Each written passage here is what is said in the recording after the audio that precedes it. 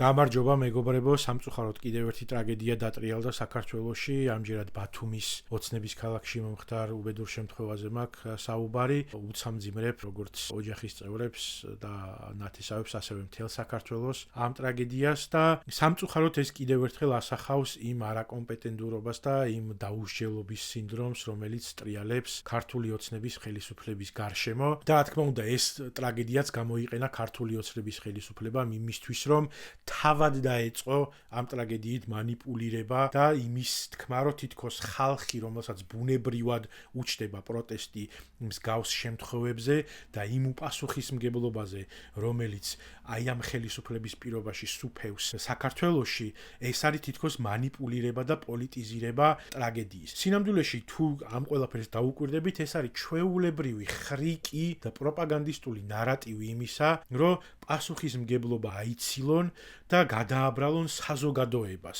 რომ თითქოს ის რომ როდესაც სამართლიანად გიჩნდება პროტესტი ადამიანს და როდესაც სამართლიანად უჩნდება პროტესტი ხალხს, ეს არის თითქოს რაღაცით ვაჭრობა და манипуლირება და სინამდვილეში ჩვენ ხედავთ რომ წამებში და წუთებში აამუშავეს თავიანთი პროპაგანდისტული არხები, აქტივი, თავიანთი პროპაგანდისტული და პროპაგანდის თარგზე მოჭრილი პოლიტიკოსები და დაბალი ეშელონების თანამდებობის პირები, რომლებიც არ მოერიდნენ და იმასაც კი გვეუბნებოდა ერთ-ერთი რომ თურმე ძალიან სამწუხაროა ეს ტრაგედია, მაგრამ მშვიდობა არის მთავარი, ანუ რა გამოვიდა რომ ამ ადამიანის აზროვნებაში იმას ნიშნავს, რომ რაღაცა მშვიდობას თუ ადრე საგარეო კურსი შესწირა ოცნებამ, ეხლა მცირეწლოვანი ბავშვების სიკვდილი უნდა ჩაყლაპოს საზოგადოებამ და მათი სიცოცხლე და ეს ტრაგედია უნდა შეწიროს ზვარაკად აი იმ რაღაც გამოგონილ მშვიდობას, რომელსაც გვთავაზობს ქართული ოცნება. და ყოველ ჯერზე, როდესაც რაღაცა ხდება საქართველოში მსგავსი,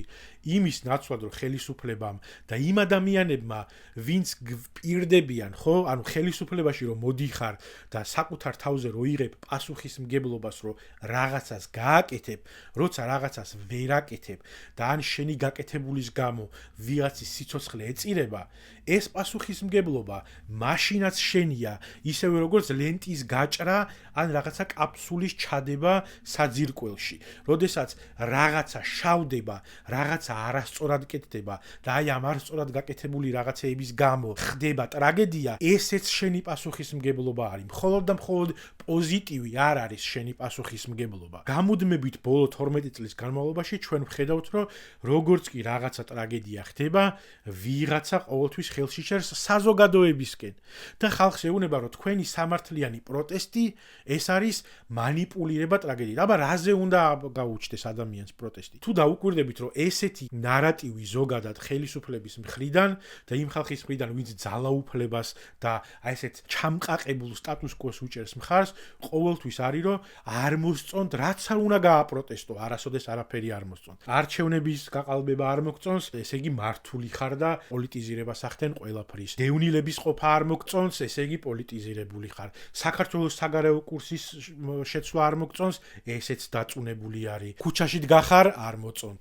Facebook-ზე სტატუს წერ, არ მოწონთ. მეტროში ტრანსპარენტი დგახარ, არ მოწონთ. დროშა გიკეთია, გიჭერენ, გცემენ. და რაღაცე უნდა რა ფორმით უნდა ამოიღოს მაშინ საზოგადოებამ ხმა. არ მოტყუდეთ, არ დაუჯეროთ იმ ადამიანებს, რომლებიც გეუბნებიან, რომ თურმე კაცი, რომლის ცოლის ბიძაშვილმაც ატკატების გამო მოკლა მშენებელი, აზრადაც არ მოსულია თავში, რომ გადამდგარიყო.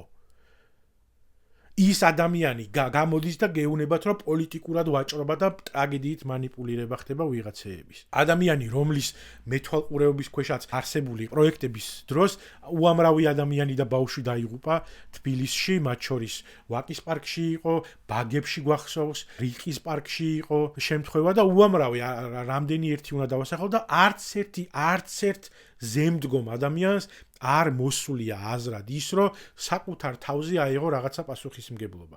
პირიქით, მომენტალურად ეს პასუხისმგებლობა გადმოაქვთ ხალხზე, რომელსაც უჩნდება სამართლიანი პროტესტი. არ უნდა დაუჯეროთ ამ ადამიანებს, როდესაც ისინი გეუბნებიან, რომ თქვენი თანამოქალაქეები არიან დამნაშავეები, იმიტომ რომ ბედავენ და ხმას იღებენ რაღაცა ტრაგედიის გამო. თუ დაუკვირდებით, მეგობრებო, პოლიტიკურ პასუხისმგებლობას ეს ხელისუფლება რაზე აკისრებს ხალხს, რომ ვიღაცა პოსტის დაჰაჰავების გამო შეიძლება გაუშვან სამსახურიდან და ამას აზრადაც არ მოსდის ის, რომ მისი ცოლის მამიდაშვილმა ტიპი მოკლა იმის გამო, რომ ადკატი არ მიუტანა, სამკაც ნამუსი ყოფნის იმისთვის, რომ დადგეს და სხვებს ელაპარაკოს პოლიტიკურ манипуляციებზე. და ხალხი, რომელსაც ამაზე პროტესტი არ უჩნდება და რომელიც ამას მხარს უჭერს, გამოდის და საზოგადოებას უპირისპირდება და საკუთარ თანამოქალაქეს და თანამემამულეს უპირისპირდება და ეუბნება, რომ თურმე აი ეს კორუმპირებული ხალხი, თავისი ოჯახებით რო არის მომჯდარი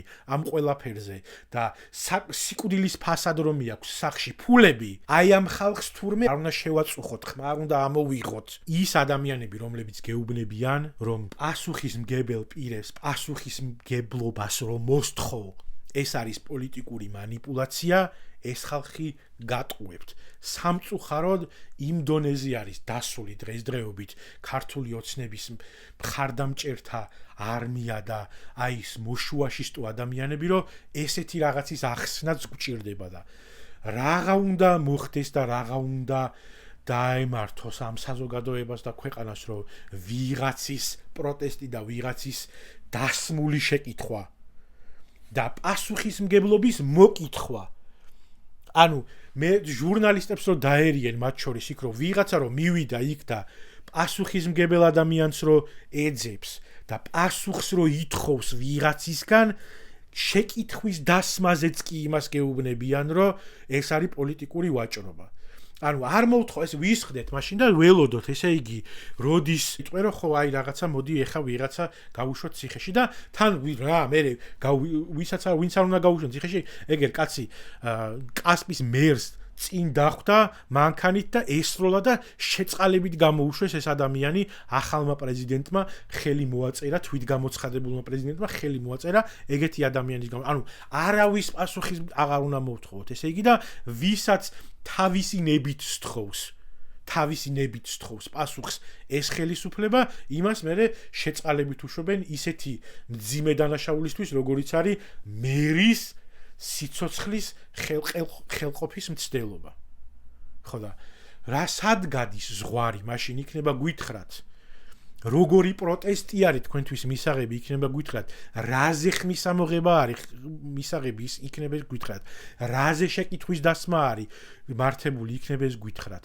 და არ უნდა მოვიკითხოთ, ესე იგი, საზოგადოებამ ჩვენი თანამოქალაქეების და თანამემამულეების კეთილდღეობა და სიცოცხლე. ყველაფერს ფეხებზე უნდა დავიკიდოთ და მივენდოთ აი ამ ადამიანებს, რომლებიც კორპუსებზე დგამენ და მე აი ამ კორპუსებიდან წამოღებული ადკატების ფასად ან ბაკურიანში თუ სადღაც სახლებს აშენებინებენ შენებლებს და თუ ეს მშენებლები ფულებს არ მიუტანენ, მე ხოცავენ. სად გადის ზღვარი, იქნება გვითხრათ ბოლოს და ბოლოს. ნუ დაუჯერებთ. მეგობრებო, თუ ვინმეს რაღაცნაირად გეყოყმანებათ ეს თემა, რომ თქვენი ხმა და თქვენი ხმის ამოღება ესეთ ტრაგედიაზე არის პოლიტიკური манипуляცია, ეს არის ტყუილი.